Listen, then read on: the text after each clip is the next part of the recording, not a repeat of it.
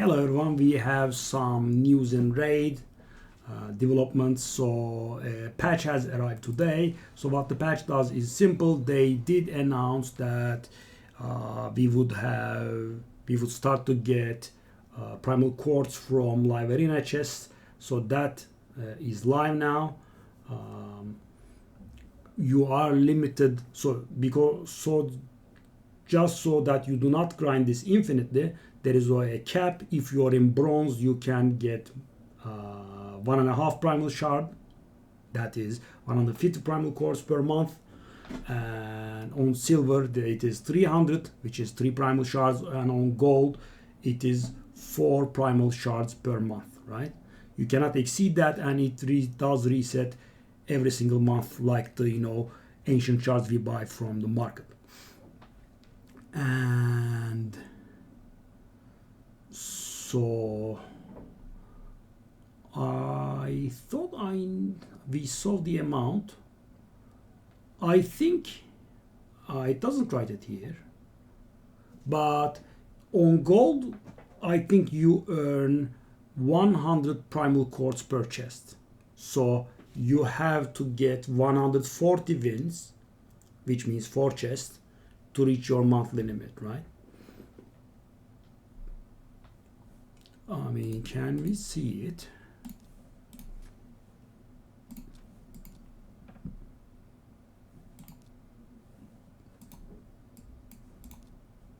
Okay. Oh, 100 to 130 even. Okay. Oh, it does say it nicely. Okay, nice. Okay, well, that's it, right? That's how it goes. And the other development is that Hydra Clash chests will now drop more primal quartz and also mythical tomes. Let's take a look at it here. Yeah. So I think this was 25 to 70 or something. And now it also has mythical books in it. This is nice. I mean, it did take a long time to arrive, and luckily it also looks like we are winning for now. We'll see how it goes. We finally have relegated enough to be able to match against clans that we can take on. Yeah, it has been balanced. I mean, I did get 30 from the chest so many times. 30 to 70 I think it was. Anyway, one last thing I want to talk to you about. Sorry, too much clicking is going on. We did get a rare champion in Sylvan Watchers. They want to populate it, and we did get 2 mythical champions. I think one of them is Lizard Man and the other is a Dark Elf. Let's take a look at them and conclude this video. So first of all is Hierophant Lazarius, a Lizard Man mythical champion from Magic Affinity. He's interesting. So it's a support that benefits from his attack, and I'm not talking about Raglin. So you'll see this makes sense, because normally you wouldn't want attack on a support champion. So attacks one enemy and puts up a shield on the ally with the lowest HP. And the shield size is based on this champion's attack. So it doesn't base on the damage that's being dealt. It just scales with this champion's attack, right? Similar to Valkyrie's, though hers is based on defense, but you get my drift. So the second ability is he attacks everyone. He puts up a block debuffs on our side. He reduces the duration of enemy buffs by 2 turns, and finally puts up block buffs on everyone, right? Very Hydra material, pretty good. So this also helps you fight mischief stealing, and Lastly, he does a 20% turn meter increase on our side, 20% turn meter decrease on their side, and also puts up increased attack and strengthen. Not bad, but I don't really like non-damaging abilities for Hydra. So if it's a non-damaging ability, it should be very good, and this is not very good because of obviously the turn meter decrease part is not going to work against Hydra, and the turn meter increase part is low. So I'm not saying you wouldn't use this guy if you get him, right? Obviously you would, but this ability is not that great. And finally, we have a passive that also has an active part. The passive part is at the start of his turn, place a perfect veil on him and increase accuracy on him. And for every 750 attack, he receives 3% less damage up to 30%, which means if you have 7,500 attack, he will receive 30% less damage. Well, that is pretty great. I suppose you can do something like maybe 3,000, maybe 4,500 attack. Well, 4,500 attack is a little bit high, but with 4,500 attack, he will be taking 18% less damage. And on a 3-turn cooldown, he revives a random dead ally with 50% HP and 50% turn meter, and Duchess style he also gives them perfect veil. Interesting champion overall, and he has the best speed aura in the game, 25%, same with our base. And the other form is a little bit of a Ramantu wannabe attack. So that's why we stack attack here, right? So it synergizes with the other form. So attacks one enemy twice. First, it increases this champion attack by 3%, up to 30% stacking. The second, it decreases the target's attack, defense, or HP destruction, depending on their type. So if it's an attack based, it will decrease their attack. If it is defense based, it will decrease their defense. And if it's HP based, it will destroy their HP.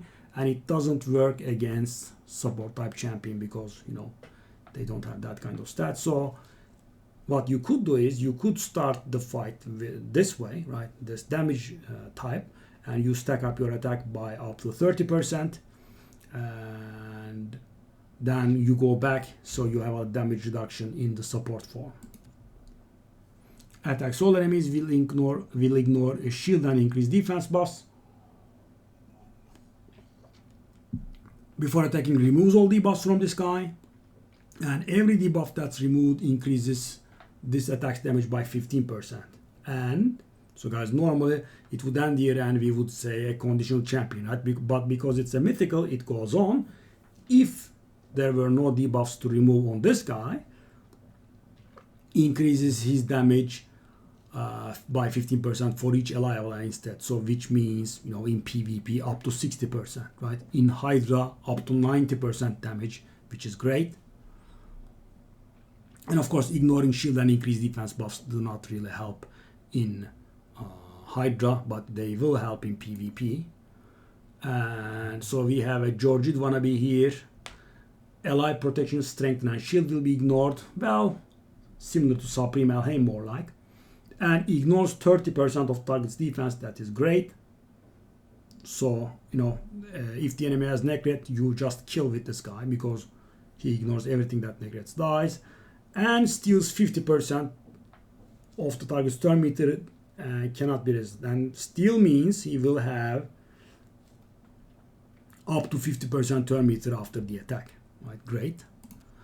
And the passive, he gets an increased attack and increased crit damage every turn, which is of course extremely good, guys. I mean, an attacker that brings his own increased attack, right? Cupidus comes to mind. Great.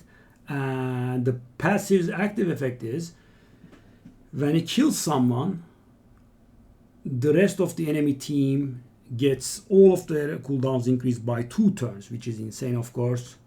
And if he kills 2 or more enemies in a single attack, well, wink wink A2, right? This effect will only activate once. This effect cannot be resisted.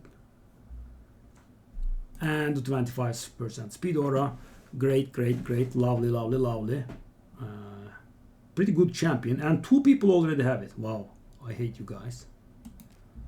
Dang. And we have an interesting Dark Elf fellow, Ophidus. His attack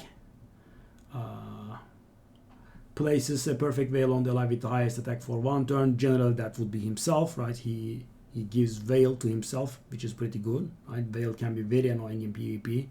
We all know from Duchess. And then we have attacks all enemies, place an increased attack on all allies. Another champion that brings his own increased attack. That is great, guys, because you kind of have to bring an increased attack for an attack-based champion. You kind of have to bring an increased defense for a defense-based champion, and the champions bringing their own buff is great, so you don't have to bring someone with that buff. And then increased duration of all enemy debuffs by 1 turn. That's also lovely. Not so much in PvP, but still can be useful. So we have some HP burn shenanigans here. Attacks all enemies, activates HP burns. Enemies under not HP burn debuffs will receive HP burn instead. So let's say 2 enemies have HP burn and 2 enemies have no HP burn. So we will activate the 2 and place 2, right? And the ignore resistance 20% is of course very lovely. So we have an interesting passive. Whenever he places an HP burn debuff, reduces their defense by 3. This is extremely good. We know this from Harima, right? For each HP burn on the enemy team, increase this champion crit damage by 10%, stacks up to 100%. This is probably Spider only, right? Because they generally don't have 10 guys available on the enemy team. And whenever an enemy HP burn debuff activates, increase the champion's attack by 5%, stacks up to 50%. This is pretty great. That is a lot of damage coming here. And the alternative form is interesting. It's a bug, right? Reminiscent of the Scarab Lord, hence the Hive Lord. So the A1 is interesting. It gives increased accuracy buff to the lowest accuracy ally. And the champion is defense based, by the way. So he stuns everyone.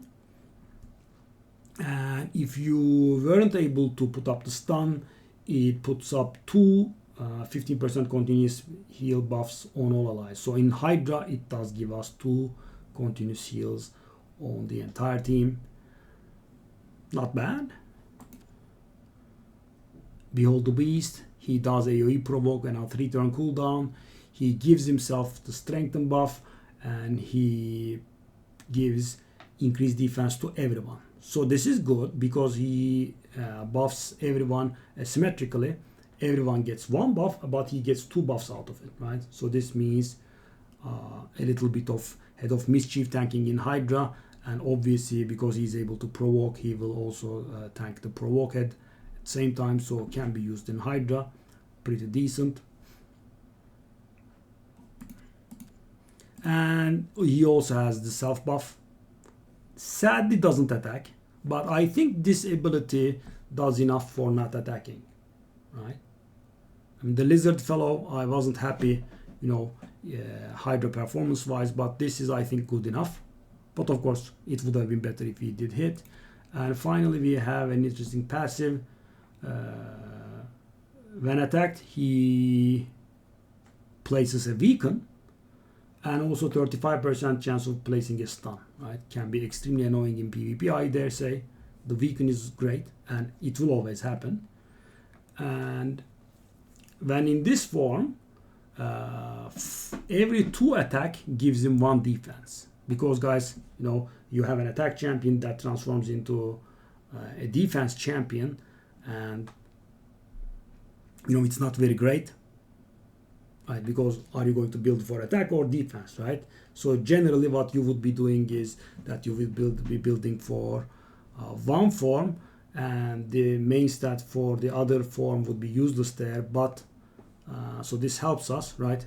If we build them for attack, we get something here, but I think the conversion ratio is still bad. Let's say I build them with 6,000 attack and 2000 defense, I will have 5000 defense here. Yeah, we'll have to see. I mean, the main stat changing is a little bit weird. So that is what was added. We also have a placeholder Sylvan Rare, I think. Yes, this one, I think. So they are slowly filling the